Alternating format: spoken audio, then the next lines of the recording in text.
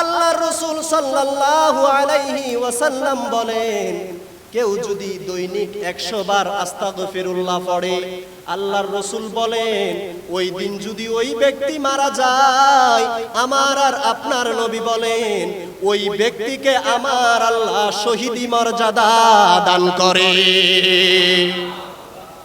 কয়বার? আরো জোরে বলেন, কয়বার?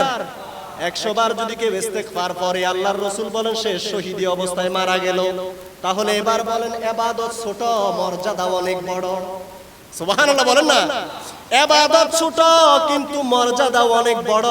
এই মর্যাদা বাড়াইছেন আমার আল্লাহ। এই মর্যাদা বাড়াইছেন কে? আল্লাহ। দেখেন, দুরূদ শরীফও পড়লে গুনাহ মাফ, পড়লে গুনাহ, আমলনামার মধ্যে শুধু আমল লিপিবদ্ধ করতে থাকে আল্লাহ।